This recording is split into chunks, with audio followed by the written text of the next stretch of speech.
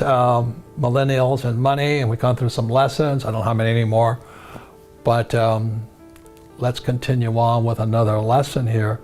And so we were talking about your assets and liabilities, right? Yeah. And when you read Rich Dad, Poor Dad, and I said your house is not an asset, what did you think?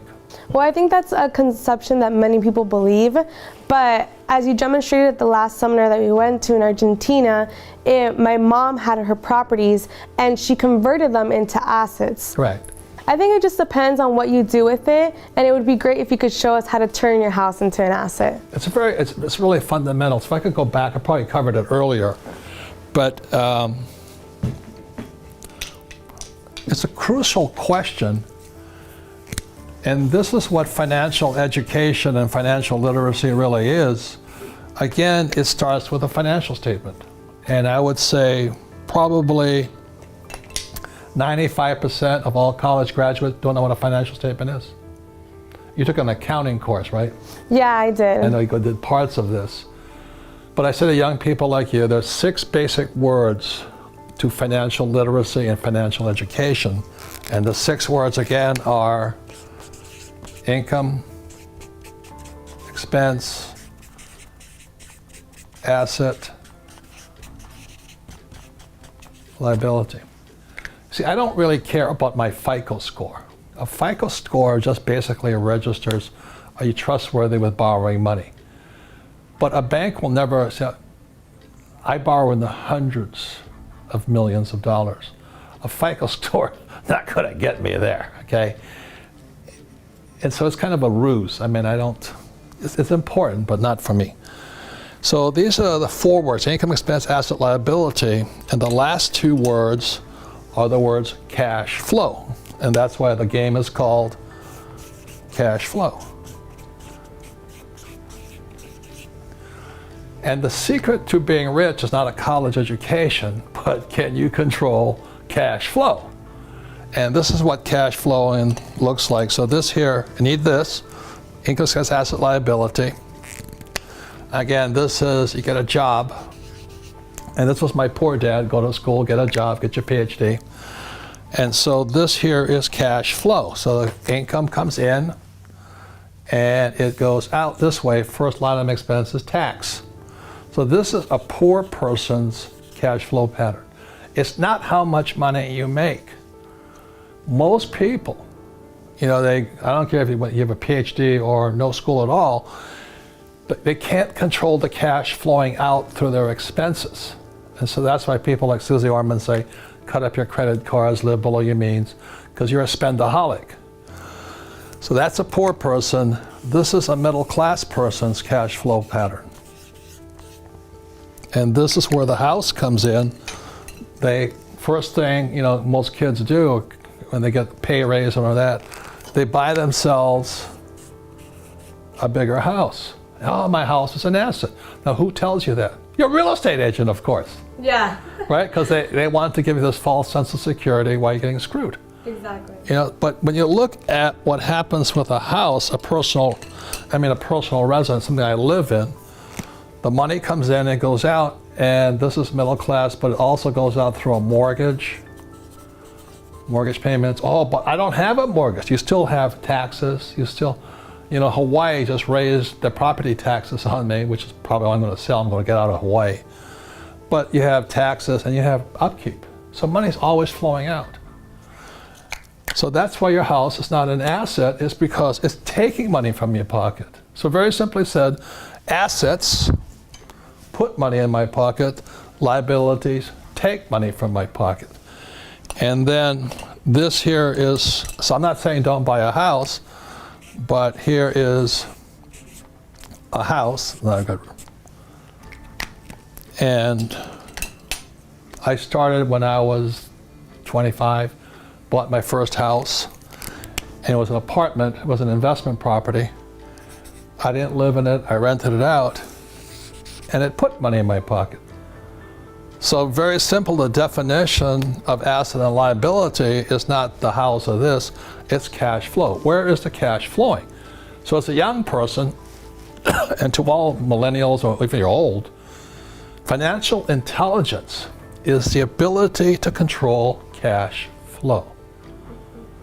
And that's what they don't teach you at school. They tell you to go to school, get a job. First thing is tax. You know, you'll pay, most of your money will go out through taxes in your lifetime. And then they tell you to buy a house and a car. A car is an asset. No, a car is a liability. You got insurance, gas, upkeep, and all this. Now, if you buy a taxi car, it could be an asset. It's cash flow. And that's very simply it. So this is a poor person. Money goes out. There's a lot. We just interviewed some National Football League players who make millions of dollars in their 20s. And most of them are broke in 2 years because they can't control cash flow. Intelligence, IQ, is can you control cash flow? Not your college degree.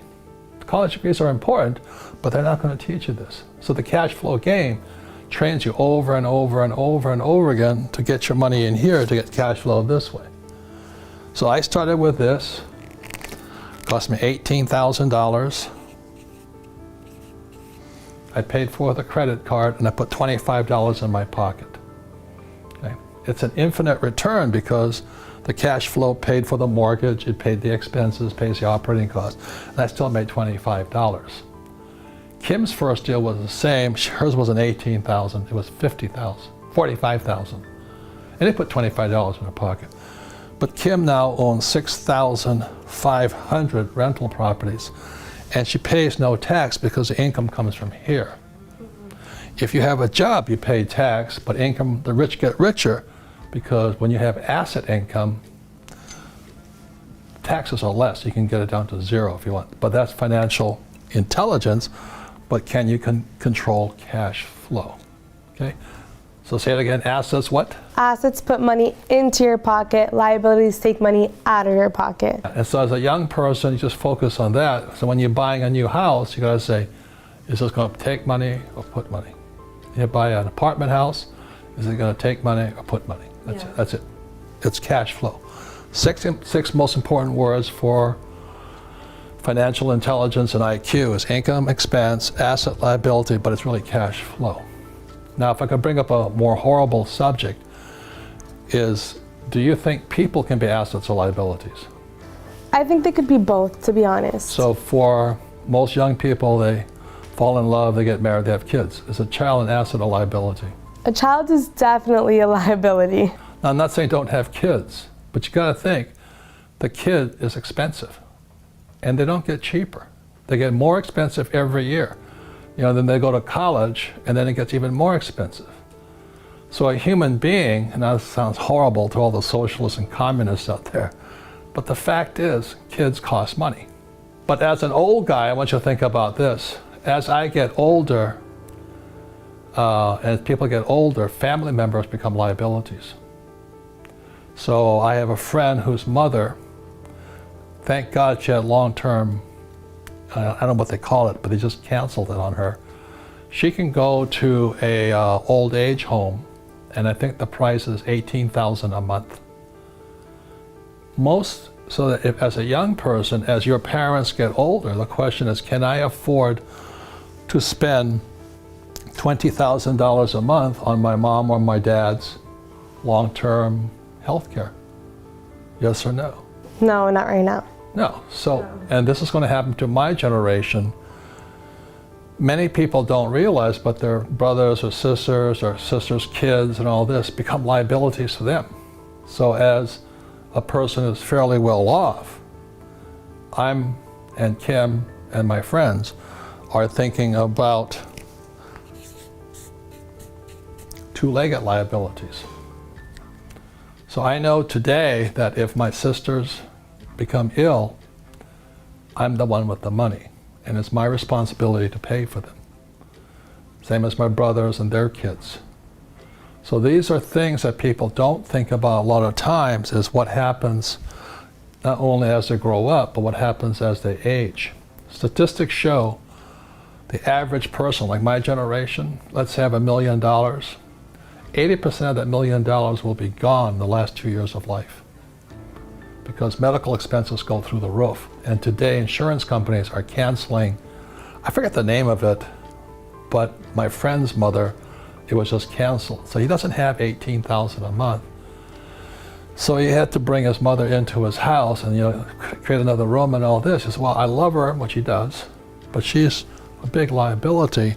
And all he had was savings. So the savings are being depleted going out this way. Okay, so but your question about houses and people, but people are assets and liabilities.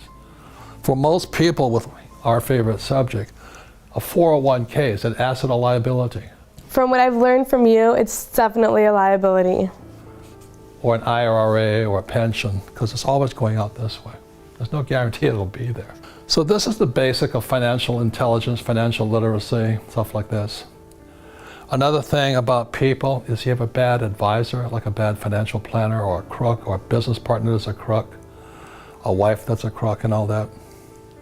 There could be human liabilities. I have 2 friends right now who just joined the $1 Million Club. Okay, they married beautiful women, got divorced, and the woman is now costing $1 million a year in alimony. So their beautiful wife and the child support, it's $1 million going. And she's only 40 years old, so she has a whole pile of boyfriends, but it's costing him $1 million a year for her boyfriends. I said, I want to be her boyfriend.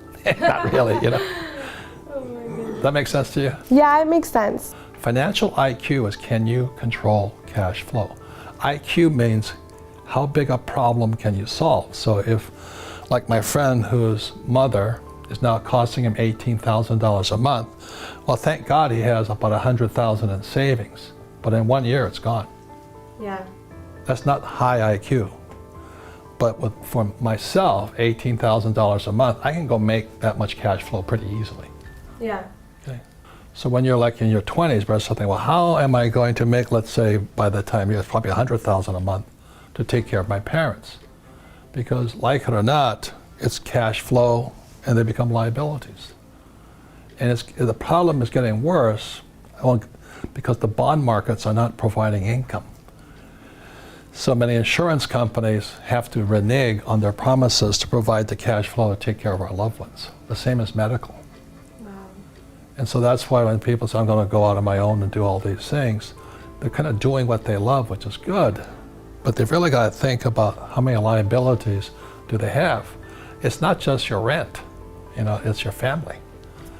And so for me, and for Kim, we have family members, but they're liabilities. So that's why we stay over here. Hopefully nothing will go wrong. But if one of my sisters got ill and she needs $100,000 a month, at least I can provide it. Yeah. Otherwise, they go indigent, whatever they call it. Okay. Yeah. Any other comments or questions? No, thank you for sharing so much about this content and all this information that's going to be super valuable for all my friends and all the millennials out there just like me. So I have 2 friends who are now in the $1 Million a Year Club. It doesn't mean they're making $1 million. It's their wives are taking $1 million a year out of their pocket and their kids and all this.